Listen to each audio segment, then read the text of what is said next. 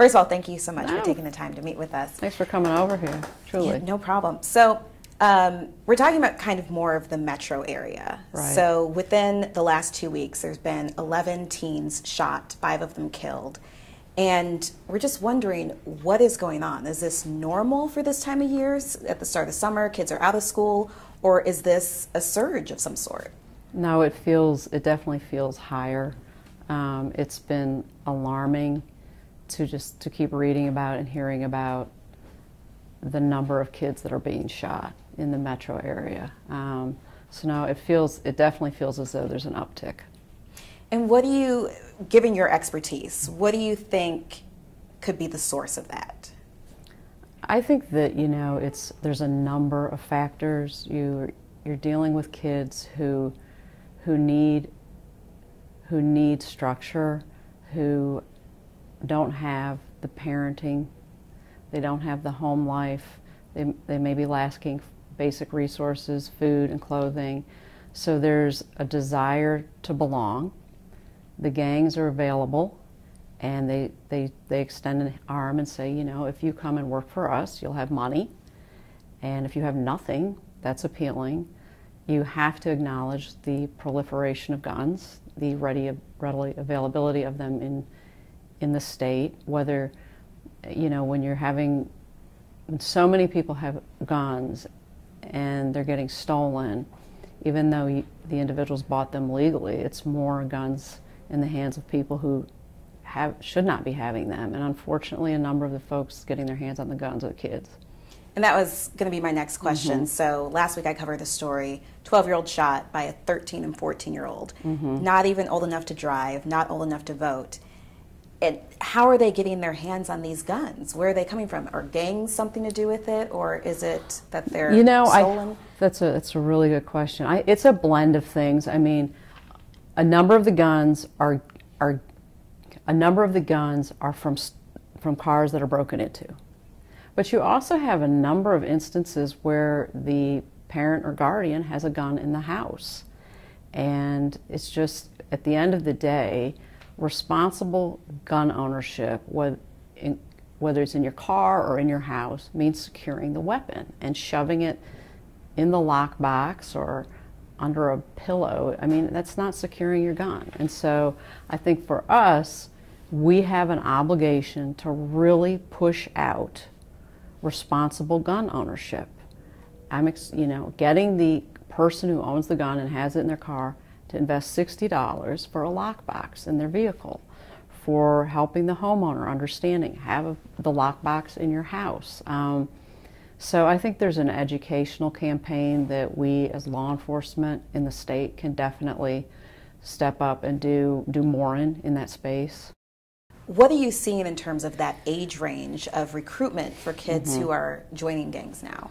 What we're seeing on the gang front is that they are attracting much younger kids. Like what age? We're seeing a level of organized gang activity at 12 and 13 years old, whereas previously it was 15 to 16. And a lot of their activity revolves around stealing cars and breaking into cars.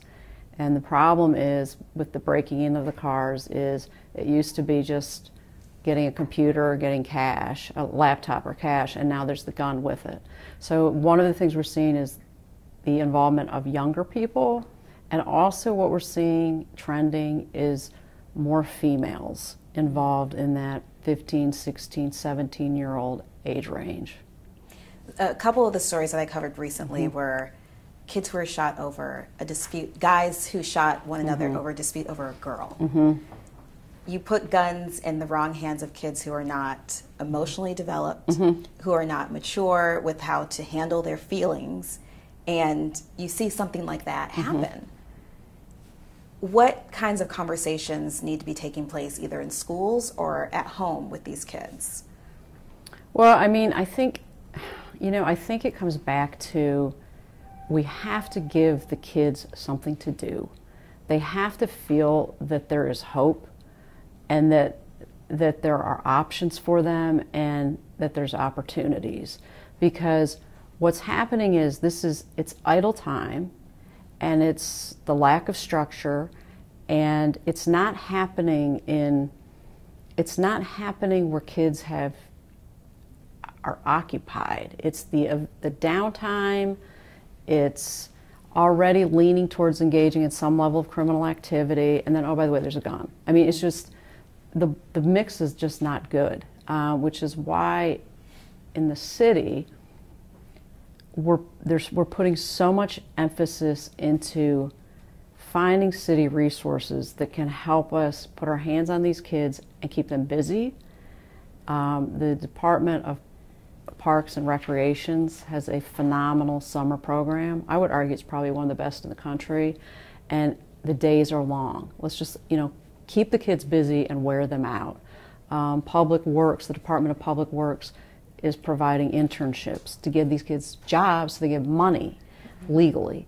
And then, of course, in the police department, we have the Police Athletic League, the Promise Center. So I think a lot of it is it's eliminating the idle time, because the educational piece is difficult when you're talking about illegal gun owners.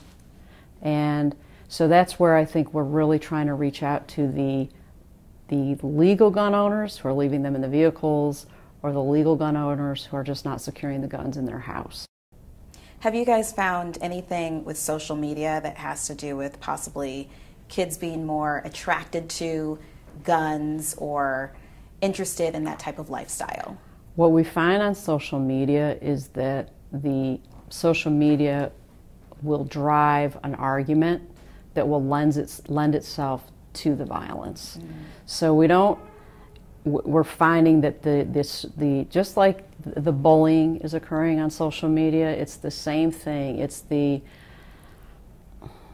unfiltered emotion, and it follows these kids, and there's no safe space. They can't go home and leave school behind or leave the stressors behind. So the folks that are in the gangs are quite savvy on social media. Many of them are quite proud of their illegal accomplishments. I don't know that I wouldn't say it necessarily drives recruiting, though. I wouldn't go that far, no. So what should we expect? Because yesterday I spoke to a dad for another story that I covered. His kid is fine, he's going to survive, but he still has a bullet lodged in his cheek. And one of these is too many. But what can we expect, and how can we be vigilant as the summer continues to go forward? No, I mean, I appreciate that question. I think for us, what we are doing is we are proactively partnering with as many nonprofits as we can to help us find things for these kids to do. And fortunately, there's a lot of support in the Atlanta community. We rely on the schools heavily to work with us, to help us figure out, if a kid's supposed to be in summer school, what they need to be doing.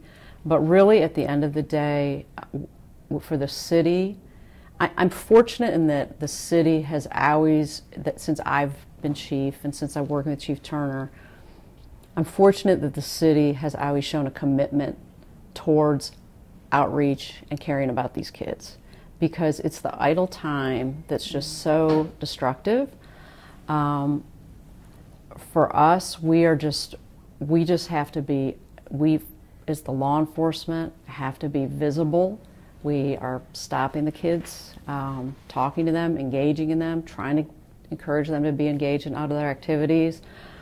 I wish there was a quick solution. I feel like, do you remember probably 15 years ago, law enforcement was pushed to the front of being social work. We were pushed in this space of social work, the front lines of social work, because we were the ones on the street dealing with the homeless and the mentally ill. And so every day we were encountering them and having to figure out, what do we do? Yeah. And because no one else wanted to deal with it. And so it's taken time, but you've seen law enforcement, that now has become a part of policing. We train crisis intervention, we train de-escalation, and we actually work with service providers to help the individuals on the street so we can do something other than arrest. I feel as though law enforcement is being pushed into a similar space with the youth crime issue, in that because we deal with it so frequently and know it so well, we know that what's not working. Just like we knew what wasn't working in arresting someone with substance abuse, we know that arresting a juvenile who has nothing does nothing. And so we're now in a space where we have to, instead of continually pointing out what's not working, we have to identify what can work. So I look at the Atlanta Police Department as, we have to get the juvenile judges to the table and say, what can we put forward in legislation? Can we put forward to the state as an alternative? How can we help these kids? So that's a work in progress, figuring out what will work. What will work. We have to lead in this space because we know better than anyone what's not working.